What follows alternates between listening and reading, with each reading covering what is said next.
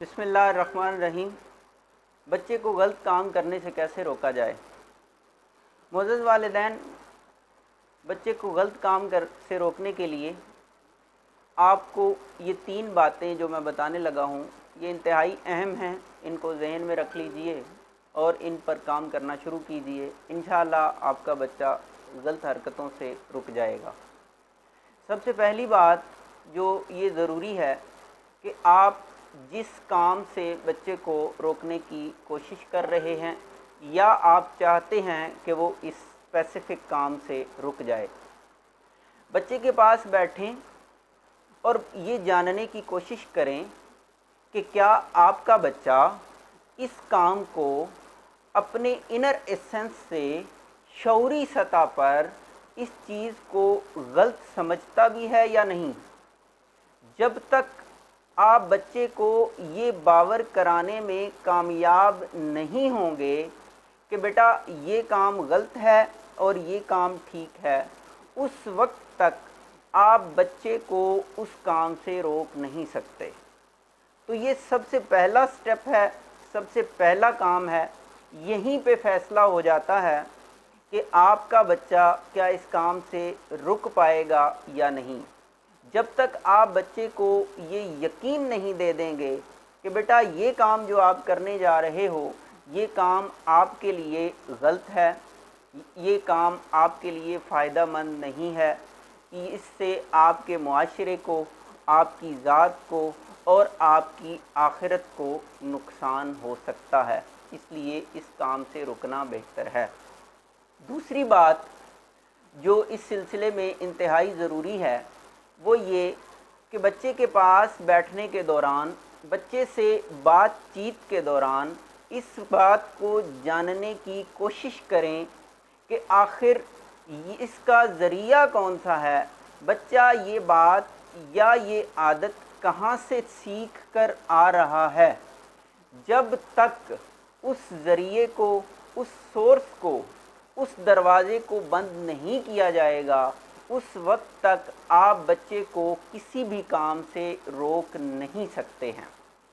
अगर तो वो बच्चा ख़ानदान में किसी आदमी से, खा वो बड़ा है या छोटा, उससे ये आदत ले रहा है तो बच्चे को वो कंपनी छुड़वाने की कोशिश कीजिए।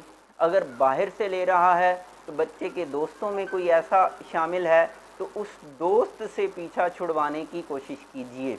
उसके बाद तीसरी बात जो इन दोनों बातों से ज़्यादा अहम है वो ये कि अल्लाह के यहाँ अपने बच्चे के लिए दुआ कीजिए कि या अल्लाह पाक मेरे बच्चे को इस आदत से छुटकारा अता फरमा। देखिए, हम मुसलमान हैं और हमारा ये अकीदा है कि दिलों के रुख मोड़ने वाली ज़ात अल्लाह तबारक व तआला की है। उसके ज़रिए बहुत से हो सकते हैं। मैं अक्सर टीचर ट्रेनिंग में या असातिज़ा से बात करते हुए अगर कभी ये सवाल करूं कि क्या आपकी ज़िंदगी में कोई ऐसा दिन भी मौजूद है कि आपने अल्लाह के हुज़ूर गिड़गिड़ा कर अपने शागिर्दों के लिए, अपने किसी बच्चे के लिए, अपनी क्लास के किसी तालिब इल्म के लिए दुआ की हो कि या अल्लाह इस बच्चे में ये ज़हनी या ये जिस्मानी कमज़ोरी है तो इसको दूर फरमा दे। ऐसा कभी नहीं हुआ कि कभी असातिज़ा ने मुझे कहा हो कि हाँ मैंने स्पेशल किसी बच्चे के लिए दुआ की है या इसके लिए मैंने स्पेशली अल्लाह तबारक व तआला से दुआ करने के लिए कोई ख़ास तरकीब बनाई है। तो ये एक इंतहाई अहम अमल है जिससे आप बच्चे की आदत को छुड़वा सकते हैं।